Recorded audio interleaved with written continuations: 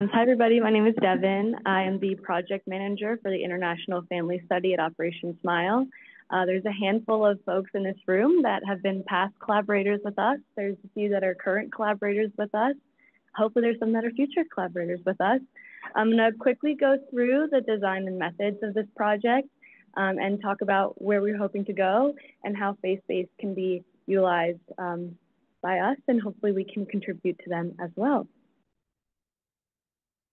So Operation Smile, for those of you that aren't super familiar, is a nonprofit organization that does comprehensive cleft care for children with cleft conditions.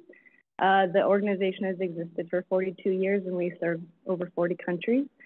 Cleft care is really important, but that's putting a Band-Aid on a situation. And what we wanted to look at is prevention and what are the actionable environmental risk factors of clefts for our specific patient populations, which are predominantly in low and middle income countries where the burden of cleft is really high. And what are the genetic risk factors for cleft that could be addressed through a variety of interventions as well. So the International Family Study was created in 2011 at Operation Smile to better understand what the answers to these questions are. And it was designed as a case control study, the case patients being our Operation Smile patients and their families, and then the controls being regionally sampled population controls from similar hospitals in the areas where we provide care. We're in 9 countries. We're in Honduras, Nicaragua, and Guatemala in Central America. We're in Morocco, in North Africa, the Middle East, the DRC, Malawi, and Madagascar in Central and Southern Africa, and then Vietnam and the Philippines in Southeast Asia. So we collect both genetic and environmental information from our patients when we do data collection. The environmental factors that we collect captures demographic information, various health behaviors before and during pregnancy, medical history, including family history for cleft, and environmental factors. So a number of these are listed up here. Our questionnaire is administered via an interview style in the native language of the families, and we collect from both the mother and the father as well. And then this is our case breakdown, or our sample breakdown by country and then by case and control. So in all 9 of our countries, we have had fairly successful collections. These are just the number of families we've collected. It's a little bit difficult to see the difference in colors on this slide, but the darker green on the right side is the control families, and the lighter green is the case families. Guatemala and Malawi are our newest countries, which is why those numbers are so low, but we are actively collecting now post-pandemic. We've started in Honduras, Guatemala, and Malawi. I actually was in Guatemala last week. So we are resuming those collections. It's about 59% cases and 41% controls at this point, but the study's been growing pretty quickly. And so we're trying to wrangle it back a little bit and approach the remaining control collections to achieve more parity, a little bit more strategy. And so we're working on that as we speak. So as we look at those families, those 7,950 families, we've collected 17,424 samples. That number is accurate as of last week. And then we have this breakdown for you with where our samples are currently existing. So we have about half of those samples are in extracted forms. So we partner with the University of Southern California and Children's Hospital of Los Angeles. And so a lot of those samples that are extracted are being held in cold storage at one of those 2 sites. And then a quarter of which are still in saliva, waiting to be extracted. As this study is fully funded by Operation Smile at this point, the reason for a quarter of those sitting in saliva is mostly because we're waiting for funding to become available for us. And then we have about 30% that have been used and analyzed already. So that would be that large blue chunk in the corner plus that little 84 will represent our whole exome sequencing project. So we've spent the past few years doing proof of concept research. This is a little bit of a chaotic view of what we've done in terms of research. To be a little bit more organized, this is what we've done so far in order of, we got oldest at the bottom and newest at the top. Our most recent publication was a whole exome sequencing project, which I'll talk about a little bit later. And then we're working right now to publish in a journal on agricultural chemical exposure and agricultural work in 7 of our 9 countries.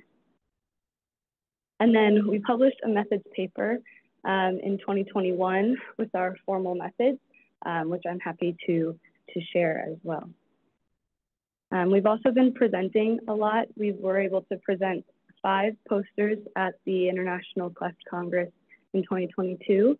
This is a sampling of what those looked like. So that's kind of what we have done so far. Going to kind of shift into what we've done most recently and how that can be benefited by FaceBase and how we can contribute. So this is our whole exome sequencing project. We used 28 trios from a central region in Madagascar. And this study was really interesting because it was the first to use whole exome sequencing on cleft trios in Madagascar.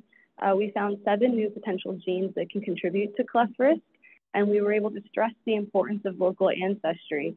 These dots in the top are our ancestry map. Those black dots are our samples, and you can see they kind of fall in the middle of a lot of different ancestral groups. And all of 7 genes that we found were located on the Asian part of the genome in these Madagascar families. And we're also working with a collaborator in Japan on validating these findings in a frog animal model. And we're hoping to expand on this with an additional 50 trios from Madagascar, paired with 50 from Honduras and 50 from the Philippines on an upcoming project. Looking at some environmental data that we've used. So we published on cook smoke exposure. As many of you may know, tobacco smoke has been a known risk factor for cleft lip and palate. And our goal was to replicate those findings in our population. But we found that our population didn't smoke very much, partly because they probably can't afford tobacco products. But women do still have smoke exposures because of cooking. This picture represents that quite well. And women that reported cooking over open fires are about 50% more likely to have a child with cleft based off of those findings. And this, again, is an example of research being conducted in high-income areas that neglects the risk factors that our population may be experiencing. And then this is some preliminary results from our upcoming publication, looking at agricultural work and chemical exposures. And you can see that maternal and paternal reported agricultural work were significantly associated with a 3 times increased risk of being born with a cleft in our population. So where we go from here is we've been relying heavily on our scientific advisory committee. There are a handful of names on this list that you might be familiar with and are in this room, but they have been helping us strategize on where we're going to move after this. We've tried to rally a group of individuals with varying backgrounds from different countries, from different parts of the world to help us direct ourselves. And so recently, what we've been able to do, in addition to those 3 projects I've just discussed, we completed GWAS sequencing on over 1,000 children, case and control from Honduras and Nicaragua that is ready to be analyzed. And this would be the first large-scale Hispanic GWAS for cleft lip and palate once this is completed. We have cleaned and updated our complete environmental database through March of 2020 for use by collaborators. And I should add with this as well that in gearing up for additional partnerships, in late 2017, 2018, we switched our consent forms so that they would be eligible for NIH inclusion. And so we have also created a data repository for all of our samples that are NIH eligible. And we are working on some projects right now that would increase our contribution to NIH research and also begin to include our samples in FaceBase. We published the Madagascar trios paper that I discussed, and then we've resumed our data collection as well. So our immediate next steps are to perform that large-scale Hispanic GWAS, and then to continue working with animal models and other validation techniques. We aren't able to collect RNA at this time. We collect with saliva samples, and so we've actually been a part of a little bit of a pilot with being able to collect RNA with saliva, but we aren't completely sure how that will go yet. But we hope to explore other avenues to validate our findings and strengthen the results of our genetic studies. And then we want to create new academic partnerships globally. We've been working with the Clefts Collective out of the UK.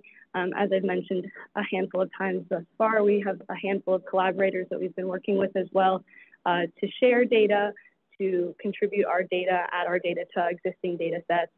And we're looking to continue to partner internationally on projects and use our data.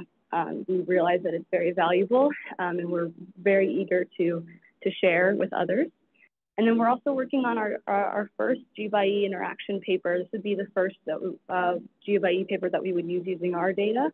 And this would help us better understand the combined effects of certain environmental exposures in combination with different genetic profiles. And this is a follow-up paper to our cook smoke paper, and we have a paper for this drafted on a Vietnamese population. So with that, tried to cut a little bit of time, but thank you so much. I want to thank my team at Operation Smile. I want to thank all the collaborators at USC and CHLA and our partner hospitals. And then most importantly, I want to thank the patients and families that have contributed to this work. This QR code will link to all of my contact information and also to our methods paper as well, if you want to find that. But yeah, I'll take any questions if you have them.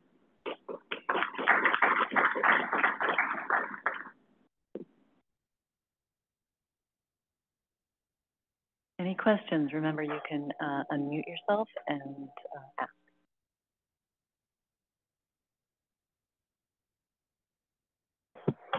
Hi, thank you for that talk.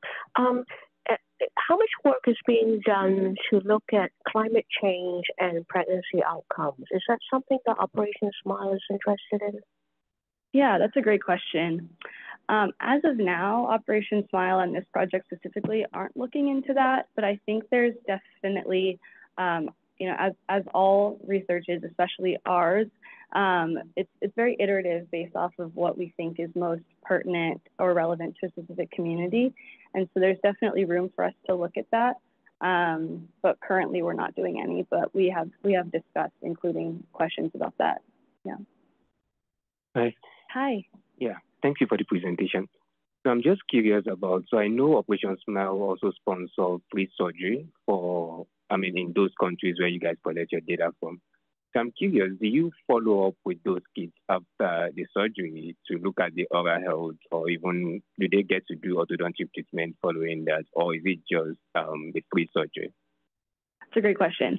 So for the purposes of this study and research, we don't follow up with them, but for the terms of clinical care, patients are registered in Operation Smile's system, and we do try to recruit patients to come to multiple programs to receive follow-up care, revision surgeries if necessary, any other care that's required after their primary repairs. Are those data available? Is this something that can be accessed? So we have just started rolling out an electronic health record, which allows better tracking and following up with our patients. That data is in a pretty preliminary phase right now, but hopefully in the next 6 months to a year, it'll be more publicly accessible. Thank you. You're welcome.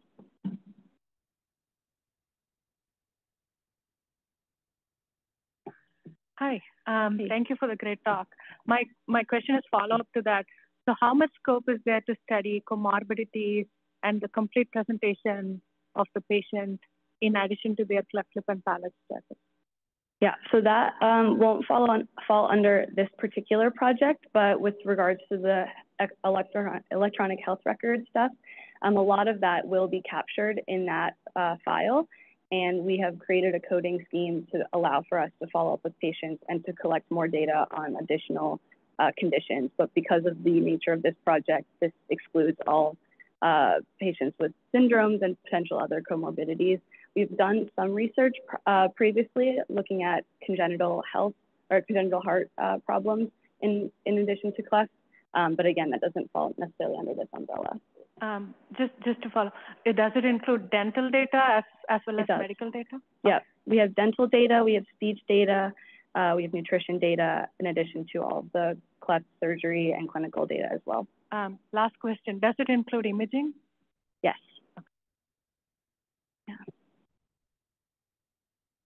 Thank you.